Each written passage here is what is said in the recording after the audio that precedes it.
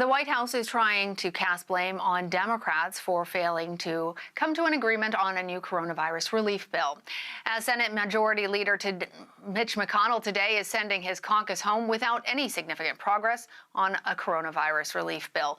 Two major parts of March's CARES Act expired this week: the extra $600 per week unemployment benefit and eviction protections, covering up to 23 million people nationwide. Without action from Congress, millions of people are left in the lurch, at risk of going hungry and potentially being pushed out of their homes in the coming months. At today's White House press briefing, Chief of Staff Mark Meadows said they offered 4 extensions only for the unemployment and eviction protections, saying that Democrats rejected them without a counteroffer. When asked about it by our chief congressional correspondent, Nancy Cordes, House Speaker Nancy Pelosi said a 1-week extension doesn't make sense, pointing to the $3 trillion bill by her caucus passed in May. A week would be a time for that. If you have a bill, what are we going to do in a week? What are we going to do in a week? If you have, what are you going to do in a week? That is, first of all, they don't even have the votes for it in the Senate. Let's get real about who says what. We passed a bill 10 weeks ago. It was bipartisan. We passed a bill over 10 weeks ago. They couldn't even get a shell bill. They couldn't even get a $200, which we totally reject. They couldn't even pass something like that among their own members. Forget 60 votes. Talk 51 votes. So it's no use. Why don't we just get the job done? So to discuss more of this, CBS News chief congressional correspondent Nancy Cordes joins us now with more. Nancy, great to see you. These deadlines have been on the books for months. We've been talking about them for so long. So why are these negotiations only happening now? Well, hi, Lana. I think it's because Republican leaders thought that if they waited until the last moment to come up with a proposal and put it forward, that it would give them more leverage, which can sometimes be the case. And particularly in this situation, they thought it would also help them pressure some of their own Republican members to get behind things like an extension of unemployment benefits when there are a lot of Republicans who feel that Congress has already spent too much money and they don't want to allot any more. But I think what they didn't bargain on was the fact that, A, it would take so long for them to get on the same page with the White House. That cost them a week. And then that some of their Republican members would be so dug in on this issue. And so that forced them to kind of do more negotiating with their own members before they could actually start negotiating with Democrats. And even now, they are putting forward these, these various proposals, like you heard Mark Meadows, the White House Chief of Staff, say, but they're doing so without knowing whether their own Republican members would get behind those proposals at the end of the day. And that's part of the reason that the House Speaker, Nancy Pelosi, is so unwilling to take up some of these proposals. And beyond that, Democrats believe that some of the proposals that have been put forward so far are fundamentally unserious, and that's why you don't see them countering them yet.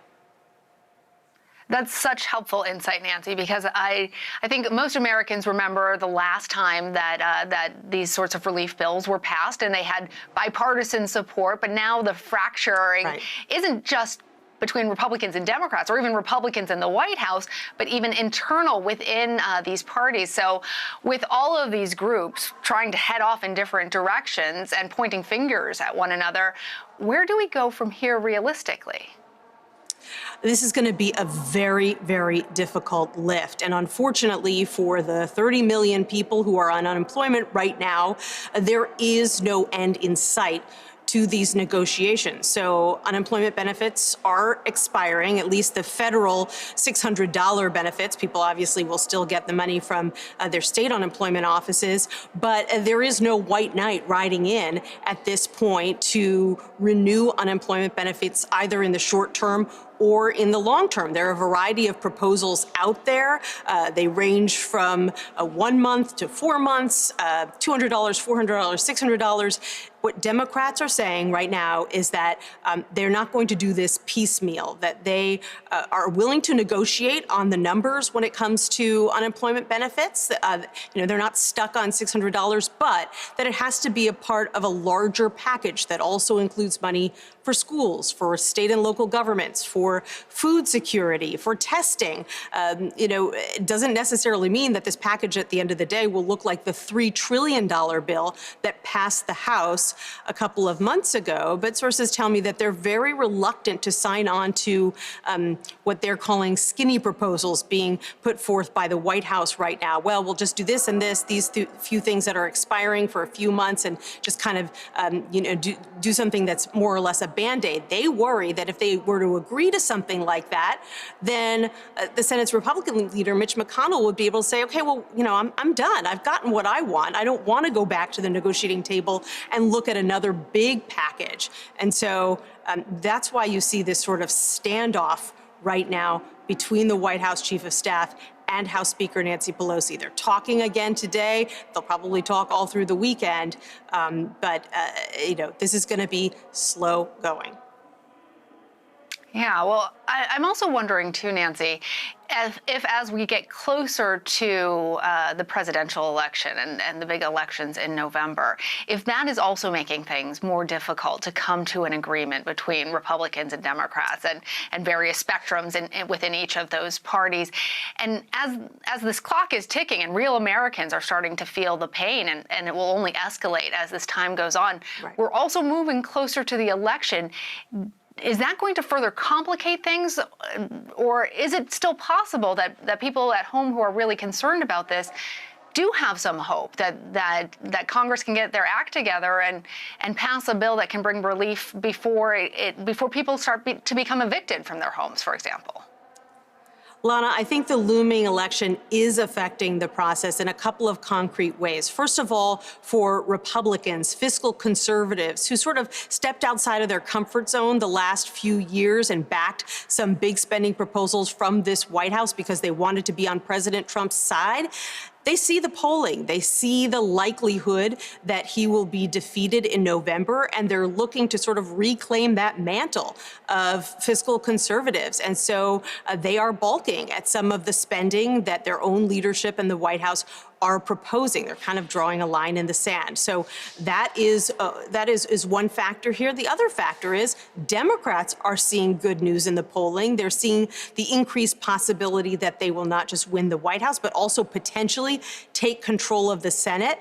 And so they feel emboldened to stick to their hard lines as well. And in some cases, they hope, maybe if we wait, I don't think that they can wait 6 months to pass another relief bill, but they are emboldened by the polling numbers. And, when it comes to other pieces of legislation, there is an argument that perhaps they should wait and they may have a more favorable environment if they control both the House and the Senate in January. So those cross currents are definitely having an impact on negotiations right now. And you have Republicans who were willing early on to vote in favor of massive spending packages who are now arguing enough is enough, and they don't want to add to the debt, and they're not in favor of more spending.